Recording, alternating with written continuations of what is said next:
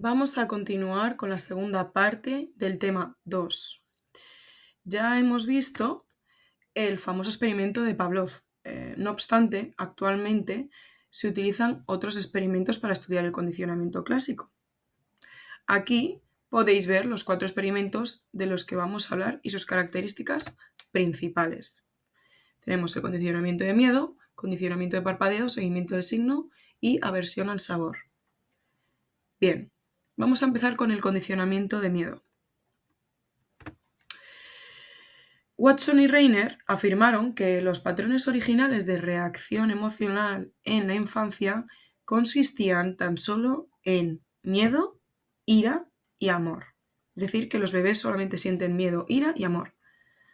Pero, ¿cómo pasamos de tener 3 emociones a la complejidad emocional que tienen los adultos? Bueno, según estos autores, mediante el condicionamiento pavloviano podía aumentarse el rango de estas 3 emociones hasta llegar a la complejidad de respuesta emocional de los adultos. Para poner esto a prueba, realizaron un experimento que se convirtió en uno de los más famosos de la psicología. En este realizaban un condicionamiento de miedo en un niño de 9 meses llamado Albert. En un principio le presentaron al pequeño Albert distintos estímulos como un conejo, rata, algodón, pero ninguno de estos provocó una respuesta de miedo. ¿Cómo cuantificaron el miedo? Pues midieron la conducta de retirada que provocaban los distintos estímulos en Albert. Como hemos dicho, ninguno de los anteriores provocó retirada. Más bien, la conducta más habitual fue la de acercarse y manipular los estímulos. También hicieron sonar una barra de acero, lo que provocaba sobresalto y llanto.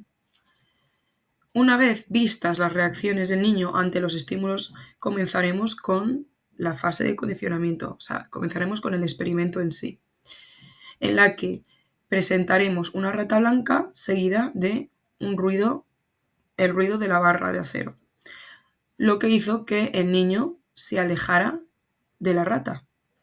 Estos estímulos se asociaron varias veces hasta que solamente la presencia de la rata producía miedo en el niño. Watson y Reiner decidieron realizar una prueba de generalización. ¿Qué es esto? Bueno, es una prueba en la que le presentaron al niño un conejo blanco para ver su reacción. ¿Qué es lo que hizo el niño? Bueno, se alejó del conejo blanco y se puso a llorar. O sea, le tenía mucho miedo. Después también le presentaron otros estímulos como el algodón blanco, perro o una máscara de Santa Claus. Y se vio que en menor medida, pero que también les tenía miedo. Por lo tanto, descubrieron que el miedo que se había condicionado a la rata se había generalizado a los objetos peludos. Bien, en la actualidad es imposible realizar un experimento como este por razones éticas, pero era importante seguir investigando para conocer qué mecanismos subyacen al miedo, a este fenómeno de condicionamiento del miedo, y qué tratamiento puede atenuar las reacciones emocionales. Por lo que la investigación se empezó a realizar sobre todo con ratas en el laboratorio. Un ejemplo de este típico del condicionamiento de miedo de ratas lo realiza Pavlov, se realiza en una caja de Skinner, introduciendo la rata en la caja de Skinner y se le presenta un tono o una luz asociada con un estímulo incondicionado aversivo, como puede ser una descarga, que es la más típica. Bien, le presentamos tono, descarga, tono, descarga, tono, descarga, y tras varias asociaciones de este estímulo condicionado, se da entre el estímulo, condicionado y el incondicionado, se da la respuesta condicionada de miedo de la rata, que es la paralización. Importante, hay que saber que las ratas cuando tienen miedo se paralizan. ¿Y qué ocurre? ¿Cómo vamos a medir la paralización de la rata?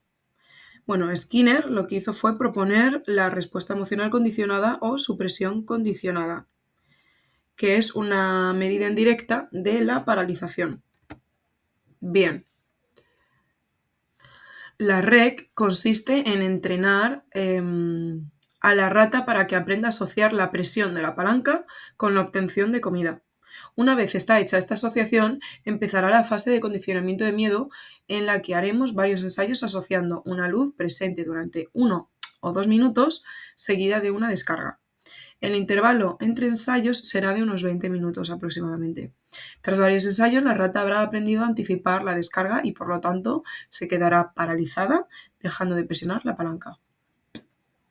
Para calcular en qué medida la luz suprime la conducta, realizamos la fórmula de razón de supresión, en la que dividimos las respuestas, la cantidad de respuestas durante la presencia de luz dividida entre las respuestas totales, es decir, las respuestas durante la presencia de luz más las respuestas cuando hay ausencia de luz. Bien, hay que tener en cuenta que cuando la fórmula es igual a 0,5, significa que no hay miedo en la rata y que por lo tanto la rata no se ha paralizado. En cambio, cuando la fórmula es igual a 0, significa que la rata tiene mucho miedo y que se ha producido un condicionamiento máximo. Es decir, que estos factores están inversamente relacionados. Cuando es 0,5, la respuesta condicionada es baja. Cuando es 0, la respuesta condicionada es alta. Es muy importante saber que la supresión condicionada también se ha utilizado en humanos, ¿vale? Adaptando este procedimiento que acabamos de explicar a un videojuego. Es decir, en los humanos, en vez de realizar, no se les metía en una caja de Skinner y se les aplicaba descarga, sino que se utilizó el contexto de un videojuego, ¿vale? Para realizar este experimento de condicionamiento del miedo.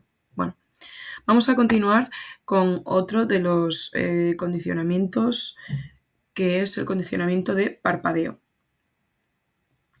Bueno, el reflejo palpebral consiste en un parpadeo que se produce cuando se acerca un objeto repentinamente a los ojos o cuando se dirige un soplo de aire a través de una pajita al ojo.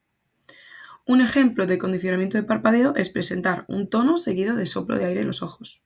Tras varios emparejamientos de estos dos estímulos, el sujeto parpadeará solamente con la presencia del tono. El condicionamiento de parpadeo se ha estudiado tanto en humanos como perros y monos, pero la mayoría de experimentos se ha realizado con conejos. El primero en experimentar, uno de las personas más famosos que experimentó con conejos fue Gormenzano. ¿Por qué la mayoría de experimentos son con conejos? Pues bueno, hay 3 motivos. El primero es que los conejos son fácilmente accesibles, el segundo es que toleran bien la restricción de movimientos y el tercero es que su parpadeo es de 1 a 3 veces por hora. Como el parpadeo es fácil de medir y es más simple que otras respuestas, se ha desarrollado una gran cantidad de investigación sobre las bases neurobiológicas de este tipo de aprendizaje. En los últimos años se ha retomado el estudio de condicionamiento de parpadeo en humanos, ¿vale? Ya que nos puede ayudar a conocer procesos biológicos y psicológicos básicos. Bien. Vamos a continuar con el seguimiento del signo. Bien. Hasta ahora hemos visto varias situaciones experimentales en las que la respuesta condicionada era una respuesta refleja. Sin embargo, este paradigma demuestra que las respuestas condicionadas pueden ser respuestas no reflejas. El primer experimento de seguimiento de signo lo realizaron Brown y Jenkins con palomas. ¿Cómo era este experimento? Bueno, las palomas se situaban en una caja de Skinner con una tecla que podía iluminarse, situada en la pared, y con un comedero retráctil. Bien. Se les enseñaba una asociación entre la iluminación de la tecla que estaba durante unos 8 segundos iluminada, y la activación del comedero. Es necesario entender que las palomas no tenían que hacer nada para que se presentase la comida, ya que el comedero se activaba automáticamente tras la iluminación de la tecla independientemente de la conducta que tuvieran las palomas. La respuesta condicionada que se obtiene a dicha situación experimental es un acercamiento y picoteo de la tecla iluminada, aunque dicho picoteo, como acabamos de decir, no tenga ningún efecto en la aparición de la comida. Se ha demostrado que es necesario, para que se produzca el condicionamiento del seguimiento del signo, el emparejamiento entre luz y comida, ya que sin esta asociación no se producirá, como acabamos de decir, el picoteo de la tecla. Otro factor muy importante es que la luz tiene que tener una localización precisa, o sea, tiene que estar en la misma localización para que se produzca el seguimiento. Bueno, después de este experimento, los investigadores se quedaron sorprendidos por los resultados, ¿no? Entonces decidieron realizar otro experimento en el que realizaron pequeñas modificaciones. En este caso, introducían a una paloma otra vez en una caja, pero esta caja iba a ser más grande, más alargada. Y iban a colocar esta vez dos teclas, una que se iba a iluminar con la comida y otra que no se iba a iluminar con la comida. En este caso, el comedero lo iban a poner en el centro y solamente iba a estar disponible durante 4 segundos. Bien. A pesar de las características de este nuevo experimento, la paloma desarrolló seguimiento del signo, incluso aunque no le diera tiempo ni siquiera a comer. La iluminación de la tecla que no estaba relacionada con la comida no provocaba esta respuesta de aproximación, ¿vale? El seguimiento del signo es un condicionamiento que se ha estudiado en distintas especies, ¿vale? Como pollos, peces, lagartos, muchos tipos de animales y también humanos, aunque la mayoría de los estudios son con ratas y palomas. Vamos a ir con el último experimento. Es el de la aversión al sabor. Bien, el condicionamiento clásico es el mecanismo que nos permite aprender qué alimentos son beneficiosos y cuáles son perjudiciales. Para adquirir una aversión a un sabor, la ingestión de un sabor nuevo debe ir seguida de un malestar gástrico, ¿vale? La experimentación se ha realizado principalmente con ratas.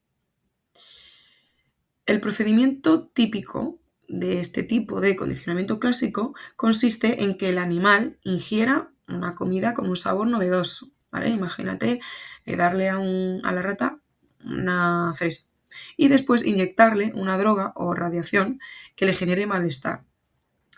El resultado de este emparejamiento es que el animal adquiere una aversión al sabor, no puede ver, ni siquiera ver la fresa, y